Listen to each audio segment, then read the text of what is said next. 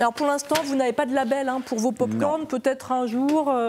Ils en ont pas pour besoin. le moment, non. Là, c'est la marque déjà, c'est la marque Oui. voilà. Pop Creuse, voilà. Alors, on parle label avec toi, Constance, aujourd'hui. On parle label. Ouais. On parle label, on parle emballage, parce qu'en fait, c'est un marketing qui est omniprésent. Je ne sais pas si vous le savez, mais quand on fait nos courses, d'après vous, combien il y a de produits dans un supermarché? De produits De différents. produits référencés. Ah, j'en sais rien. C'est énorme. C'est énorme.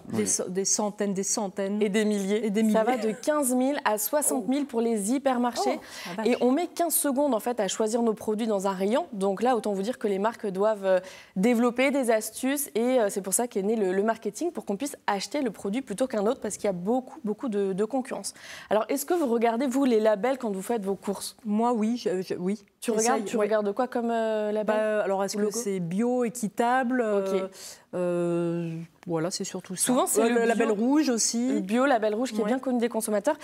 Il y en a beaucoup. Alors, on va commencer par celui qu'on connaît le plus, le Nutri-Score. Le Nutri-Score, il a été créé en 2017 par un professeur qui s'appelle Herzberg et ça a été soutenu par le gouvernement. Alors, c'est un logo qui n'est pas forcément obligatoire, mais que beaucoup de marques mettent en avant. Là, vous le connaissez, c'est des lettres de A à E, donc du vert au rouge. Même un enfant pourrait comprendre ce principe et c'est un calcul qu'il y a derrière. En fait, on a des ingrédients, des nutriments, pardon, qui sont positifs, comme les protéines, les fibres, les bons acides gras, les légumineuses. Et on a des éléments qui sont négatifs, le sel, le sucre, les acides gras saturés. Et ça nous donne une note et ça va classer notre produit dans une lettre. Le petit problème, le petit bémol par rapport à ça, et moi je l'ai fait en tant qu'industriel, c'est qu'on va jouer à chaque fois sur ces nutriments. On va enlever un peu de sel, on va mettre des fibres un petit peu plus. On l'a notamment sur les gâteaux comme ça, Nutri-Score A, où on rajoute des fibres pour rentrer dans cette catégorie. Il n'y a plus forcément de bon sens et c'est surtout qu'on ne regarde pas la liste d'ingrédients et donc les additifs. Il ne faut pas regarder que le Nutri-Score en fait. C'est ça, il ne faut pas regarder que le Nutri-Score. Ensuite, on a Yuka, l'application Yuka, je ne sais pas si vous connaissez. Bien ça, oui. Alors on va essayer de... Donc, vous le téléchargez sur votre téléphone pour ceux qui veulent le tester. Là, c'est par rapport au code barre du produit. Donc là, on va scanner par exemple, je l'ai fait tout à l'heure, les haricots tarbés, pardon. Ils sont 90 sur 100. Et là, on regarde par contre les nutriments, comme le Nutri-Score, mais aussi les additifs. Forcément, dans les haricots, on n'en a pas, mais ça va nous descendre la note. Donc ça, c'est un peu plus intéressant. Ensuite, vous avez tout ce qui est logo d'origine, qui mettent en avant l'origine et la qualité d'un produit. Exemple. IGP, AOP, AOC, qui était... avant, c'était AOC, maintenant c'est AOP, puisqu'on est devenu... c'est la réglementation européenne. Label rouge, on a tout ce qui est bio aussi, agriculture biologique, donc là pour la France. La feuille ici, c'est pour les produits européens. Vous avez aussi la pêche durable et... Ah oui, on n'y pense pas... Pour la pêche durable, pour les poissons notamment. En France, le thon de Méditerranée, il est label rouge.